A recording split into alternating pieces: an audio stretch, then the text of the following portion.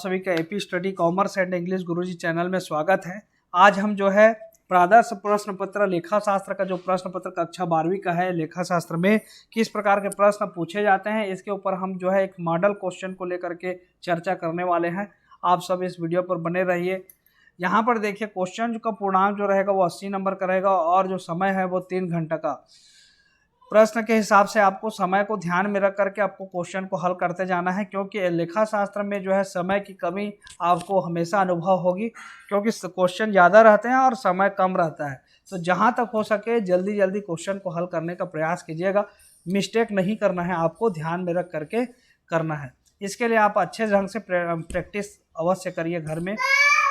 यहाँ पर देखिए खंड अ सेक्शन ए में देखिए साझेदारी फर्म एवं कंपनियों के लेखांकन। तो साझेदारी फर्म और कंपनियों के लेखांकन से क्वेश्चन जो आएगा वो है 1 से लेकर 6 तक जो अति लघुत्तरीय प्रश्न रहेंगे, जिसमें 1 अंक आवंटित रहेगा।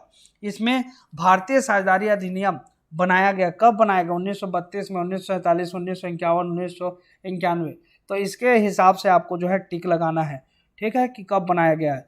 उसके बाद साझेदारी में कम से कम होने चाहिए, कितने व्यक्ति होने चाहिए? 2 होने चाहिए, 3 होने चाहिए, 7 होने चाहिए, 10 होने चाहिए। तो कम से कम 2 व्यक्ति होने चाहिए। जैसे इसमें 1932 भारतीय साझेदारी अधिनियम कब बनाया गया? 1932। फिर कम से कम 2 व्यक्ति होने चाहिए। इस प्रकार से आपको जो है उस जो मेन जो चीज़ें हैं उसको आपको टिक लगाना है। परीक्षा में प्रश्न पत्र में टिक नहीं लगाना, आपको सीधा उत्तर पुस्तिका में आपको लिख लेना है। कंपनी का सबसे महत्वपूर्ण प्रलेख होता है प्रविवरण, पार्षद अंतर नियम, पार्षद सीमा नियम, सदस्यों का रजिस्टर, ठीक है। उसके बाद क्वेश्चन नंबर 4 को देखिए। निम्नलिखित प्रश्नों के उत्तर एक शब्द या वाक्य में लिखिए। कौन सी कंपनी के अंशों के हस्तांतरण पर प्रतिबंध रहता है? कौन सी कंपनी के अंशों के जो हम हस्तांतरण नहीं कर सकते उस पर प्रतिबंध रहता है? दूसरा, फिर प्रश्न क्रमांक 5 है साझेदारी संलेख की अनुपस्थिति में किस अधिनियम के प्रावधान लागू होते हैं? ये सब को जो है हमको एक एक वाक्य में लिखना है या एक शब्द में लिखना है। इसको विशेष ध्यान रखना है, आपको लंबा चौड़ा लिखने की आवश्यकता नहीं है। फिर उसके बाद प्रश्न क्रमांक 6 में देखिए साझेदारों के चालू खाते कब बनाए जाते हैं? साझेदारों के चालू खाते कब बनाए जाते हैं? क्वेश्चन नंबर 7 से 10 लघु उत्तरीय प्रश्न है, जिसमें 3 अंक आवंटित हैं। 3 अंक आवंटित है मतलब इसकी जो शब्द सीमा रहेगी आपकी, मान के चले 40 शब्द की रहेगी। तो प्रश्न क्रमांक 7, साझेदार का क्या आशय है? साझेदार किसे कहते हैं या साझेदार का क्या आशय है? उसके बाद प्रश्न क्रमांक 8, वाई लिमिटेड ने 10 रुपये वाले 15,000 समता अंश जनता में निर्गमित किए, संपूर्ण राशि एक मुश्त प्राप्त हो गई, जनरल प्रविष्टि कीजिए। आपको सिंपल सा एक जनरल प्रविष्टि, पंजी प्रविष्टि आपको करनी है, ठीक है। संपूर्ण एक मुश्त प्राप्त हो गया है तो सीधा से डायरेक्ट आपको एक ही पंजी प्रविष्टि लगभग करनी है, ठीक। उसके बाद यहाँ पर प्रश्न क्रमांक 9, जेड लिमिटेड ने 25,000 12% पूर्वाधिकार अंश 10 रुपये वाले जनता में निर्गमित किए, सारी राशि एक मुश्त प्राप्त हो गई, जेड लिमिटेड की पुस्तकों में प्रविष्टियाँ कीजिए। ये भी क्वेश्चन सरल है। उसके बाद क्वेश्चन नंबर 10 को चलते हैं। तारा लिमिटेड ने 10 रुपये वाले 60,000 13% ऋण पत्र 9 रुपये प्रति ऋण पत्र की दर से निर्गमित किए, सारी राशि आवेदन पर ही प्राप्त हो गई, जनरल प्रविष्टियाँ कीजिए। ये तीनों जो प्रश्न हैं वो उसी क्रम के हैं और इन सब को जो है आप अच्छे ढंग से बना सकते हैं। क्वेश्चन नंबर 11 और 12 लघु उत्तरीय प्रश्न है, प्रत्येक प्रश्न में 4 अंक निर्धारित है। प्रश्न क्रमांक 11 को देखिए। एक्स वाई जेड एक फर्म में क्रमशः 50,000 30,000 और 20,000 रुपये की पूंजी के साथ साझेदार हैं। साझेदारी संलेख के अनुसार प्रत्येक साझेदार को पूंजी पर 5% वार्षिक ब्याज दिया जाएगा तथा 1,000 रुपये वार्षिक वेतन दिया जाएगा। ब्याज तथा वेतन देने के पूर्व लाभ का फर्म का लाभ जो है 25,000 रुपये था। लाभ हानि नियोजन खाता बनाइए। तो हमको जो है लाभ हानि नियोजन खाता बनाना है। लाभ हानि नियोजन खाते के बारे में हमने जो है वीडियो के माध्यम से आपको बताया है, अगर आप देखे होंगे तो सारा चीज़ें जो है आपको क्लियर हो जाएंगी। उसके बाद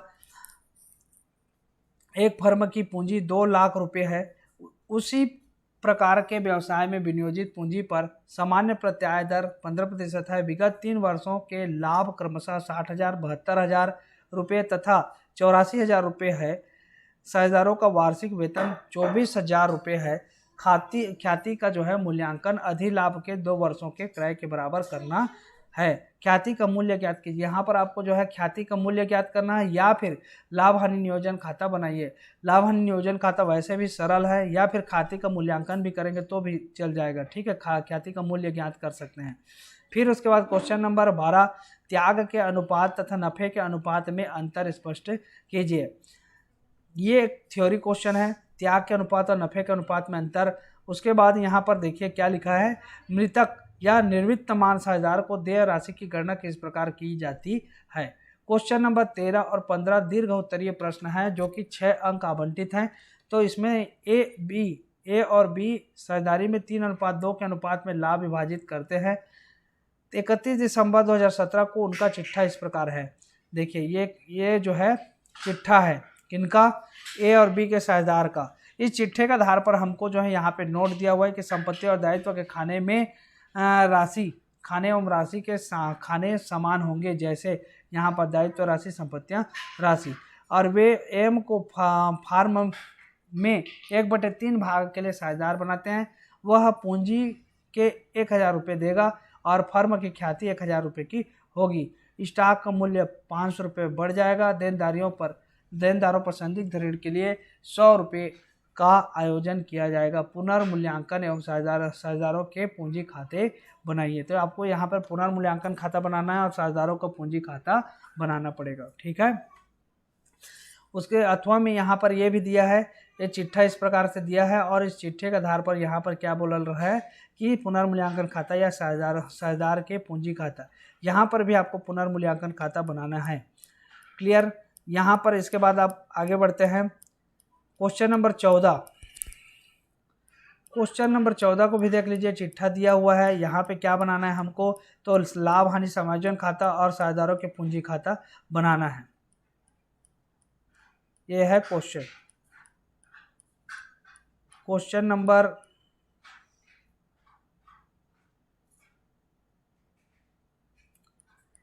अथवा में देखिए, क्वेश्चन नंबर का अथवा साझेदार हैं जिनका चिट्ठा इस प्रकार से है। यहाँ पर क्या बनाना है हमको, लाभ हानि समायोजन खाता या साझेदारों का पूंजी खाता बनाना है।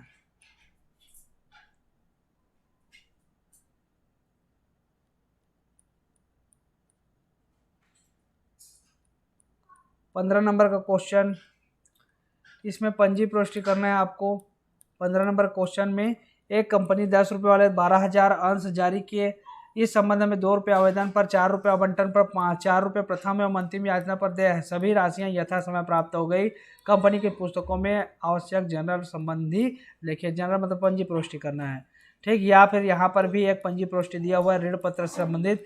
इस पंजी प्रविष्टि को आप कर सकते हैं। सेम है, उसी प्रकार का होता है जैसे अंशों का निर्गमन से संबंधित होता है, उसी प्रकार से ऋण पत्र के से संबंधित पंजी प्रविष्टियाँ होती है, ठीक है।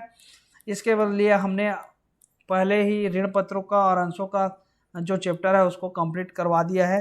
प्लेलिस्ट में आप जा करके देख सकते हैं। 16-17 दीर्घ उत्तरीय प्रश्न, प्रत्येक प्रश्न में 8 अंक आवंटित हैं। प्रत्येक आंतरिक विकल्प भी है। यहाँ पे वसूली खाता बनाने के लिए बोला है, यहाँ पे वसूली खाता बनाइए और पूंजी खाता बनाइए। तो वसूली खाता बनाना है और इससे क्या बनाना है, पूंजी खाता बनाना है।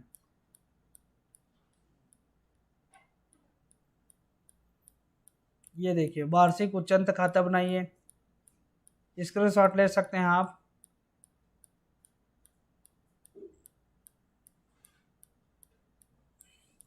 यहाँ पर भी अंशों का पुनर्निर्गमन से संबंधित जो है पंजी प्रविष्टि करनी है। यहाँ पर भी अंशों का पुनर्निर्गमन से अंशों की जब्ती और पुनर्निर्गमन से संबंधित पंजी प्रविष्टि करना है। अब हम आ गए क्वेश्चन सेक्शन नंबर बी पर। सेक्शन नंबर बी या सी दोनों में से एक सेक्शन को हमको हल करना रहता है। तो यहाँ पर देखिए, यहाँ पर जो क्वेश्चन है वो क्वेश्चन यहाँ पे दिए हुए हैं सभी। इन क्वेश्चन को या तो हल करेंगे या फिर सेक्शन नंबर सी है, सेक्शन नंबर सी।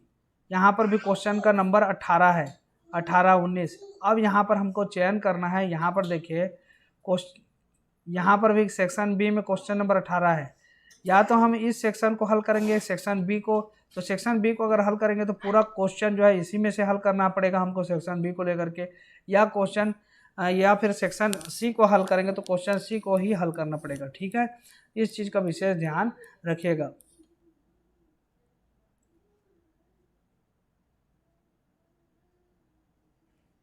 यहाँ पर क्या है, सेक्शन सी में कंप्यूटर से संबंधित है ये पूरे, माउस क्या है, कुंजी पटल क्या है, मॉनिटर क्या है, केंद्रीय संसाधन सीपीयू क्या है, इसके बारे में आपको लिखना है। कौन कौन इसमें से कौन सा उत्पाद यंत्र है, ये सही विकल्प चुनने के लिए बोल रहा है, तो इसमें से आपको क्या करना है, सही विकल्प चुनना है। ठीक है, क्या बोला, आउटपुट डिवाइस। आउटपुट डिवाइस इसमें से क्या है, माउस है, कुंजी पटल है, केंद्रीय संसाधन इकाई है, मॉनिटर है। तो मॉनिटर एक प्रकार का आउटपुट डिवाइस है। ठीक, क्योंकि हम जो है कंप्यूटर के माध्यम से हम जो भी सूचनाएं हैं वो मॉनिटर के माध्यम से ही हम देख सकते हैं उसको, इसलिए ये आउटपुट डिवाइस के रूप में ये आ गया। उसी प्रकार यहाँ पे एक शब्द वाक्य में डाटाबेस की किसी एक भाषा का नाम लिखिए। डाटाबेस का कौन कौन सी भाषा है, उसमें से एक भाषा का कंप्यूटरकृत लेखांकन प्रणाली के लाभ लिखिए। कोई 4 कंप्यूटरकृत लेखांकन प्रणाली के दोष लिखिए। कंप्यूटरकृत संपत्ति लेखांकन को कितनी श्रेणियों में वर्गीकृत किया जा सकता है। बिंदु सचित्र के लाभों को समझाइए। लेखांकन सूचना प्रणाली के लक्षणों को समझाइए। डेटा सत्यापन के प्रकारों को समझाइए, या फिर डाटाबेस के उद्देश्यों को समझाइए, या डाटाबेस प्रबंधन प्रणाली के कार्यों को समझाइए। एक प्रकार का ये जो है सेक्शन सी जो होता है वो देखेंगे तो पूरा थ्योरी है, जबकि इसमें सेक्शन बी में आपको प्रैक्टिकल भी देखने को मिलेंगे, क्वेश्चन भी मिलेंगे। जैसे यहाँ पर सेक्शन बी में आप देख सकते हैं, यहाँ पर क्वेश्चन जो है ये तुलनात्मक स्थिति विवरण तैयार कीजिए, ये यहाँ पर दिया हुआ है। उसके हिसाब से यहाँ पर भी तुलनात्मक स्थिति विवरण तैयार कीजिए करके यहाँ पर है। उसके बाद निम्नांकित विवरण से संचालन क्रियाओं से रोकड़ बहाव विवरण तैयार कीजिए, ये अथवा यहाँ पर ये अथवा भी दिया है, रोकड़ बहाव विवरण, कैश फ्लो।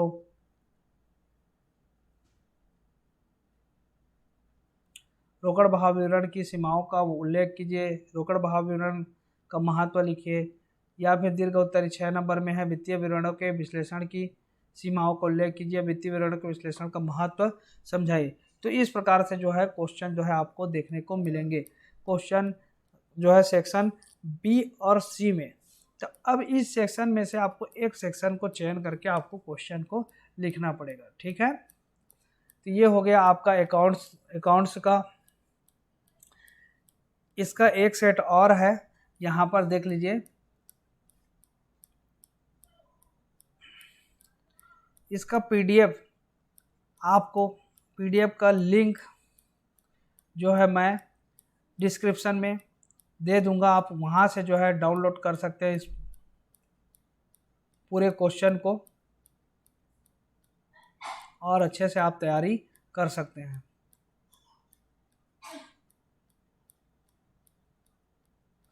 एक चीज़ ध्यान रखिएगा कि एकदम से ना तो एकदम कठिन सवाल आते हैं परीक्षा में, ना ही एकदम सरल सवाल, मतलब मध्यम क्वेश्चन रहते हैं। जितने भी क्वेश्चन हैं वो स्टूडेंट से बन जाए, समय सीमा को ध्यान में रख करके भी जो क्वेश्चन छांटने वाले होते हैं वो भी समय सीमा को ध्यान में रख करके बनने लायक जो क्वेश्चन है उन क्वेश्चन को ही परीक्षा में पूछा जाता है। इसका विशेष ध्यान रखिएगा।